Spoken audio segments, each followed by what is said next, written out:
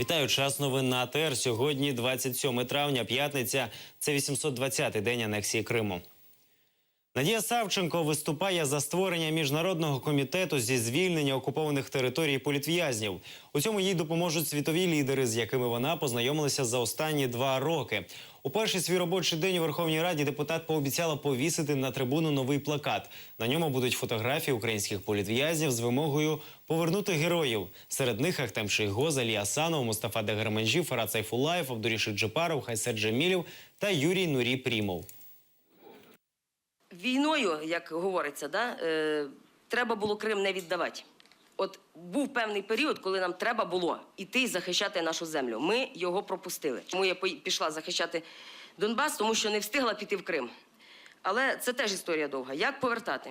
Я відчувала, що може бути Третя світова війна. І у мене, на жаль, це погане передчуття ще не закінчилося. Якщо буде Третя світова війна, то Крим повернеться. Якщо не Третьою світовою війною, то Крим, напевно, повернеться так само якоюсь роботою над міжнародним правом і достукавшись до людей, що вони зробили помилку. У Криму порушили кримінальну справу з приводу викрадення Ервіна Ібрагімова. Окупаційна влада Криму почала пошуки лише на 3-й день після викрадення кримсько-татарського активіста. У вівторок пізно ввечері член виконавчої ради Світового конгресу кримських татар Ервін Ібрагімов зник. Пізніше в інтернеті з'явилося відео з камер спостережень, на якому видно, як Ібрагімова затримують люди в формі російського ДПС.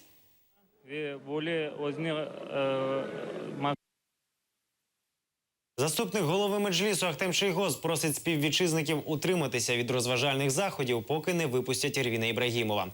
Про це він заявив під час засідання підвладного Кремлю Кримського суду. Сьогодні в черговий раз не задовольнили апеляційну скаргу адвокатів Шейхгоза.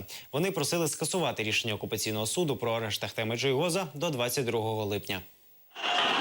Заслушали защиту, заслушали обвинение. И суд вынес решение оставить данное постановление с сроком до 22 июля в силе. Все, каких-то там аргументаций, все традиционно может скрыться, может оказать давление на следствие. Ничего нового не изобрели.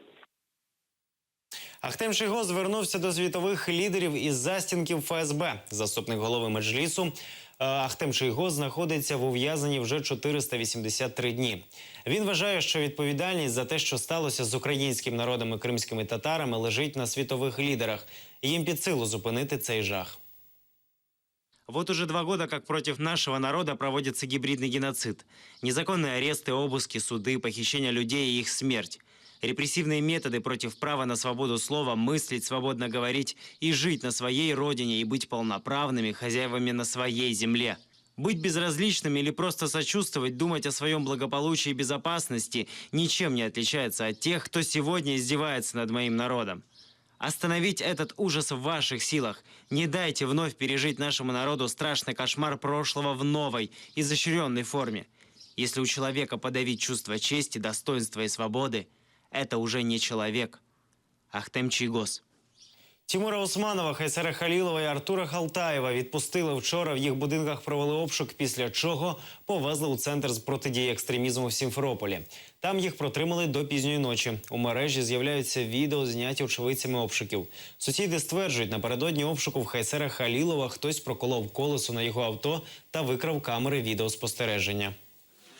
Чоловік торгує, не наркоманит, не пьет, да, то есть соблюдает все каноны ислама. Вот. Видимо, из-за этого и мы пришли. Гости незваный гость.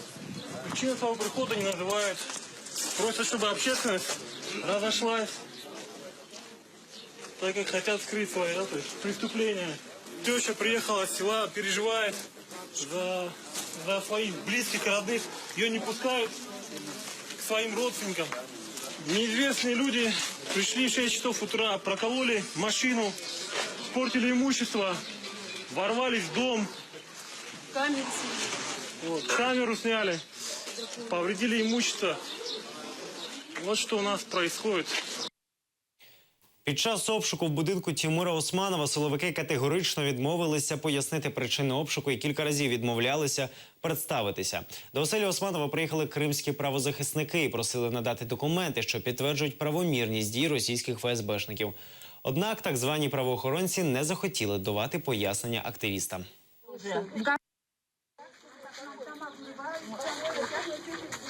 Ваши контактные лица отказываются отвечать на вопросы. Не дали возможность. Идиля Ханум, вы пытались кому-то позвонить?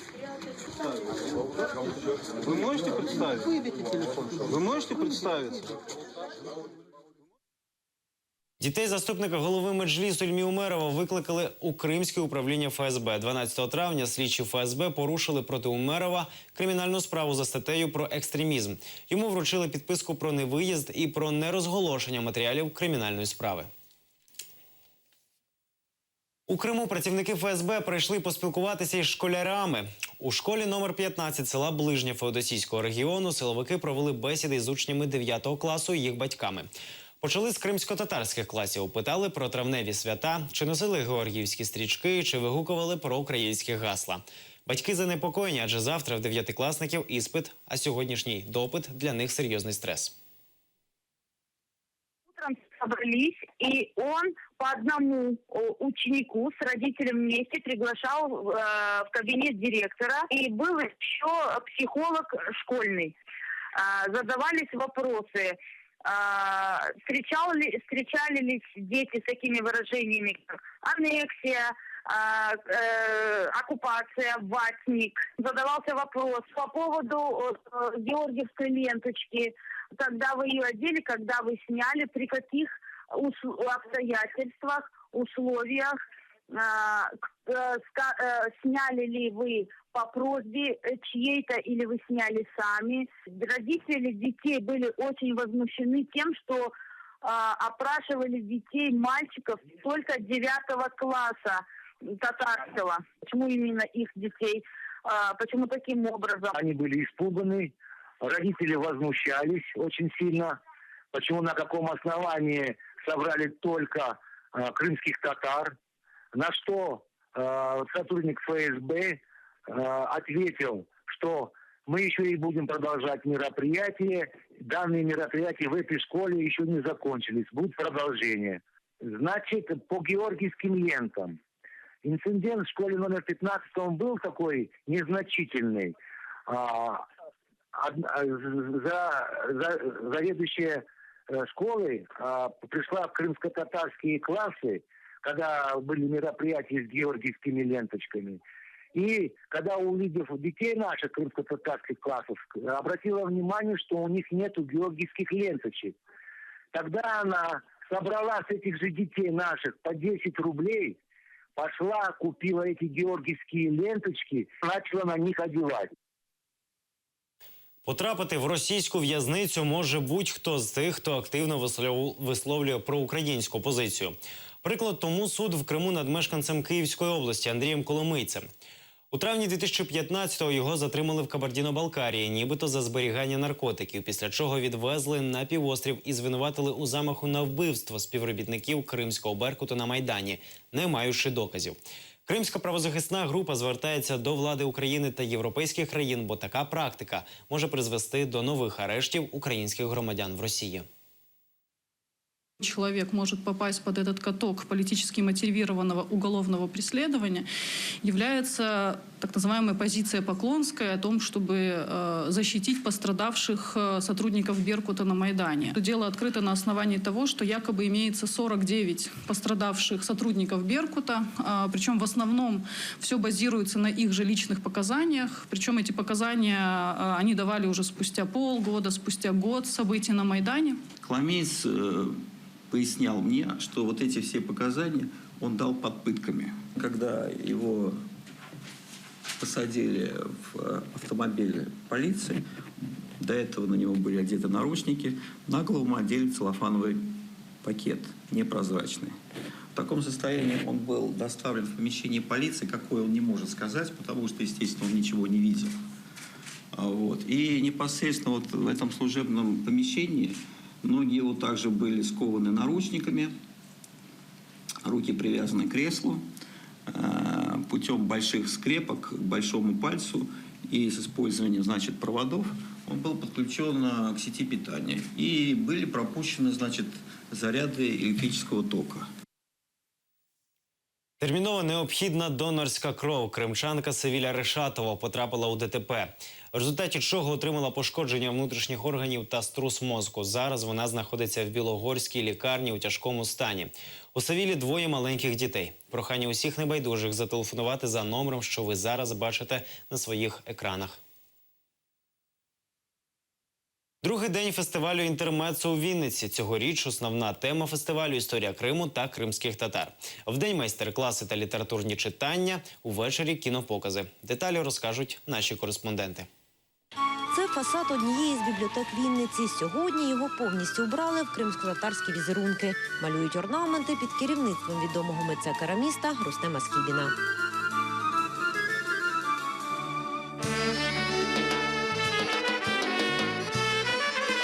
Благодаря этому проекту «Стэшка» и этой агенции «Артполе» состоялся этот мурал на этой библиотеке. Мы обратились к теме работ Михаила Коцюбинского, к его периоду, который писал на Крыме, под минаретами. Мы постарались, как художники, воплотить это и визуализировать в пространстве. И библиотека, и сама тема, и памятник напротив Михаила Коцюбинского, это все связано с этой темой.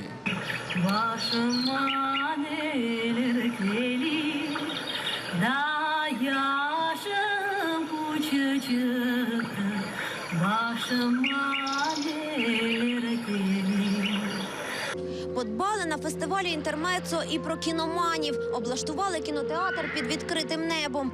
Показують фільм Олександра Муратова «Татарський триптих». Кіно зняли ще у 2004 році, але сьогодні вперше його показують мовою оригіналу – кримсько-татарською. Раніше дублювали українською та російською. У глядачів буде можливість відчути повнометражний фільм лише кримсько-татарською мовою, але для розуміння будуть українські субтитри. Богдан на показ прийшов разом з дівчиною. Хлопець вчиться на філолога та цікавиться кримсько-татарською культурою. Крісел в облаштованому кінозалі їм не вистачило, тож облаштувались на бордюрі. Мені дуже подобається фільм, і з мовою проблем немає. Я, наприклад, чую, яка вона гарна, і заслухаюся, і навіть забуваю читати субтитри. До такого доходить навіть. Мені дуже подобається. Серед глядачів і ведуча телеканалу АТР Гульнара Абдулаєва. У фільмі знімались її друзі – актор та режисер Ахтем Сейтаблаєв та співачка Ельзара Баталова.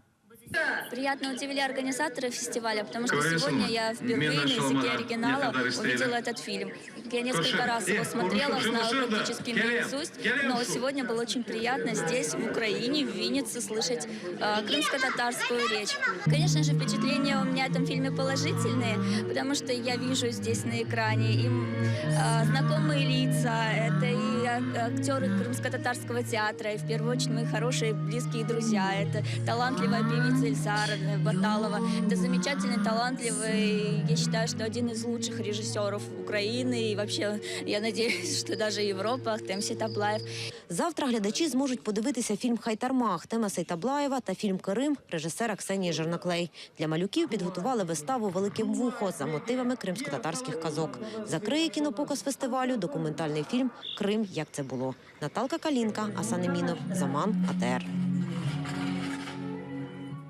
У Києві в Ісламському культурному центрі пройшла акція з добровільної здачі крові. У ній взяли участь військові з зони АТО і прості мешканці столиці. Акція проходить кілька разів на рік.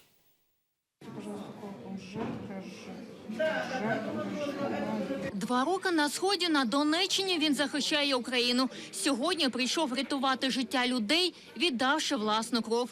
Михайлу 26. Він з Миколаївщини. Прийшов підтримати товаришів. І, взагалі, здача крові – це дуже корисно. Саме головне, щоб люди, допомогти людям.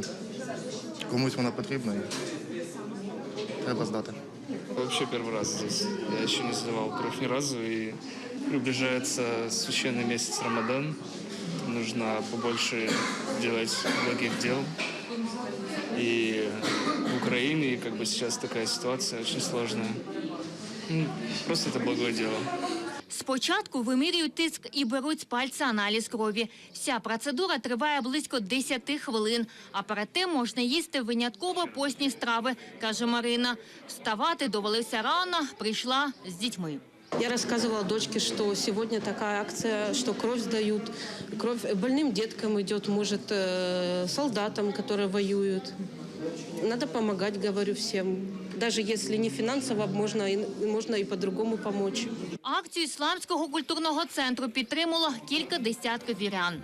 Допомогти тим, хто потребує саме донорської крові. Справа в тому, що в нашій країні є нестача.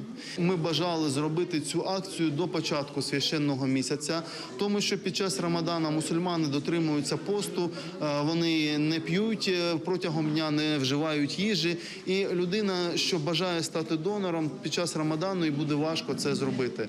Тому ми намагалися зробити це до настання священного місяця. Після завершення акції всіх запросили до столу. Ільвіна Сідбулаєва, Ельдар Ісматов, Заман, АТР.